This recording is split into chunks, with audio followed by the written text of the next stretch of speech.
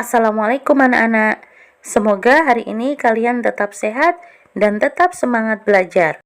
Dan pada pertemuan kali ini, kita akan membahas materi tentang kedatangan bangsa-bangsa barat ke Indonesia. Setelah pembelajaran kali ini, diharapkan kalian dapat yang pertama, memahami latar belakang kedatangan bangsa-bangsa barat ke Indonesia. Kedua, menjelaskan proses kedatangan bangsa-bangsa barat ke Indonesia. Keunggulan lokasi sangat berperan penting terhadap kegiatan ekonomi, transportasi, dan komunikasi masyarakat Indonesia. Berbagai keunggulan yang dimiliki bangsa Indonesia menjadi salah satu pendorong bangsa-bangsa asing untuk datang ke Indonesia. Bukan hanya bangsa-bangsa Asia saja, tetapi bangsa-bangsa Eropa yang letaknya ribuan kilometer dari Indonesia tertarik dan berdatangan ke Indonesia.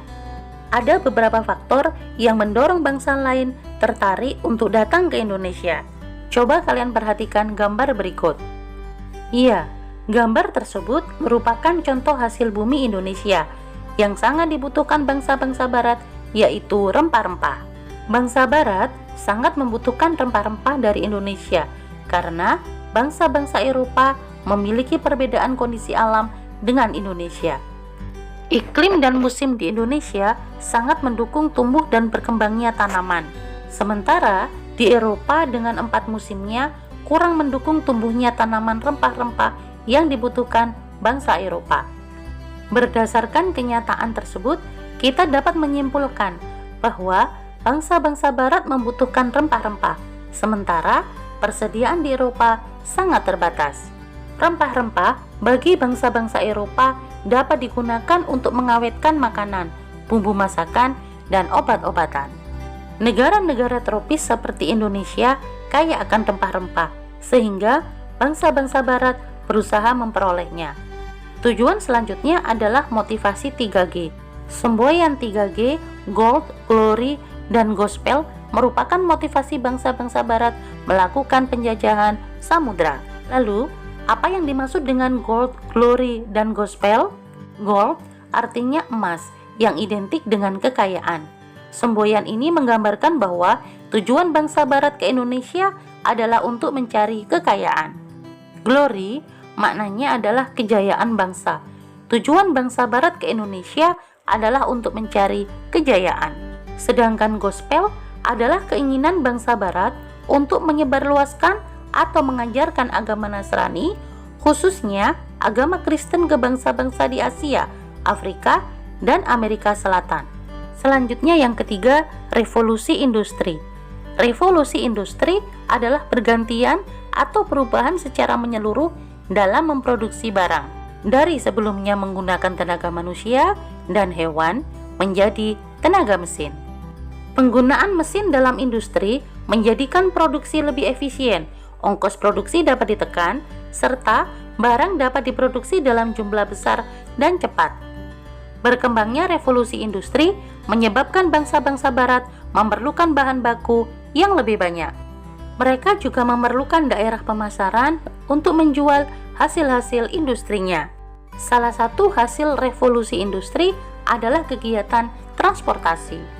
Adanya penemuan mesin uap yang dapat dijadikan mesin penggerak perahu merupakan teknologi baru pada masa tersebut. Perahu dengan mesin uap merupakan penemuan sangat penting yang mendorong penjelajahan bangsa-bangsa barat melakukan revolusi industri, didukung berbagai penemuan lain seperti kompas, mesin pemintal, dan sebagainya.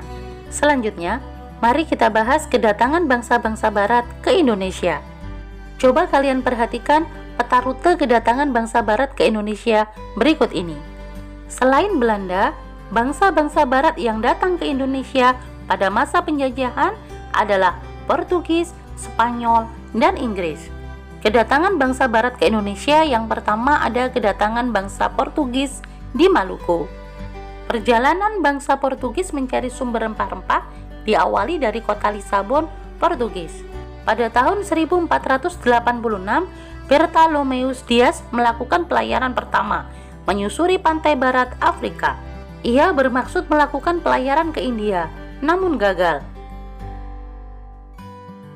Portugis mencapai Malaka pada tahun 1511 di bawah pimpinan Alfonso de Albuquerque. Selanjutnya, Portugis menjalin hubungan dagang dengan Maluku. Yang kedua, ekspedisi bangsa Inggris. Persekutuan dagang milik Inggris diberi nama East Indian Company. Di dalamnya bergabung para pengusaha Inggris. Walaupun Inggris tiba di Kepulauan Nusantara, pengaruhnya tidak terlalu banyak seperti halnya Belanda. Hal tersebut disebabkan EIC terdesak oleh Belanda, sehingga Inggris menyingkir ke India atau Asia Selatan dan Asia Timur. Dan yang ketiga, kedatangan bangsa Belanda di Jayakarta atau Jakarta.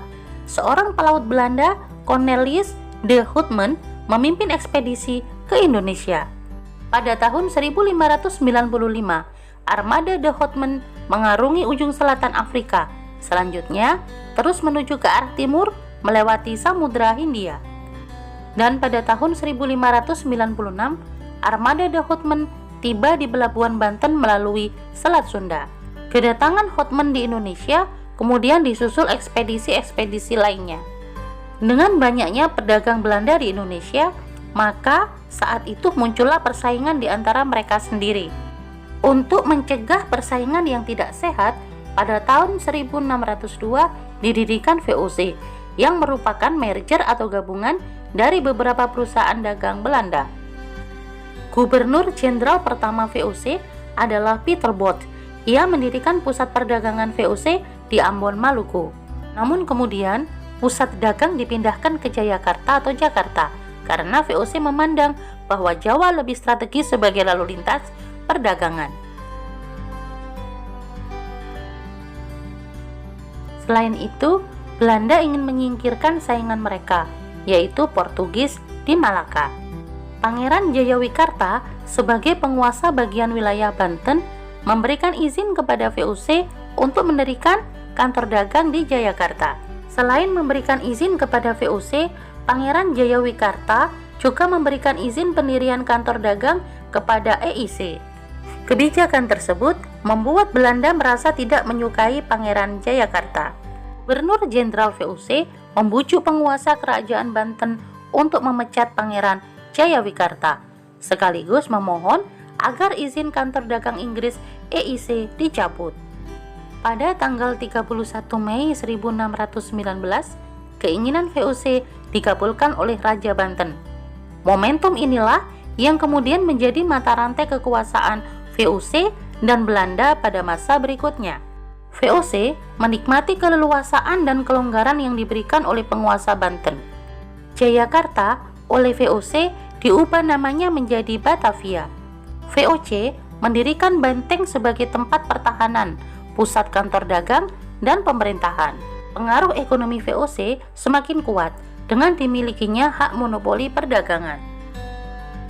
Masa inilah yang menjadi sandaran perluasan kekuasaan Belanda pada perjalanan sejarah selanjutnya.